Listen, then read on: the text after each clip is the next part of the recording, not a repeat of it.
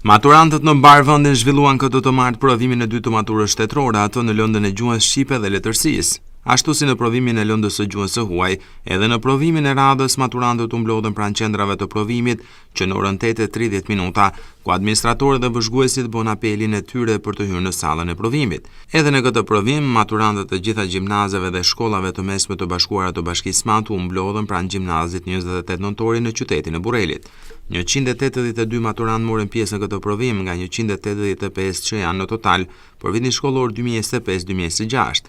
Administratorët e provimit dhe stafi i mirëvajtjes së procesit monitoruan gjithçka me detaje. I gjithë provimi është zhvilluar normalisht ku maturantët patën mundësinë të përgjigjeshin pyetjeve nga ora 10 deri në orën 12:30 minuta. Edhe 91 maturantët e Bashkisë Klos zhvilluan provimin e dytë të maturës shtetërore pranë qendrës së provimit, e cila është vendosur pranë gjimnazit Shaban Çollaku. Edhe në Klos procesi është zhvilluar normalisht dhe se nuk është shfaqur asnjë problematik që mund të cënojë provimin.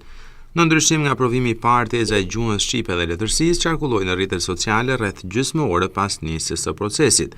Lidhur me publikimin e tezës, Ministria e Arsimit bëri të ditur se është identifikuar qendra e provimit në qarkun e Kukësit nga ku është shpërndar.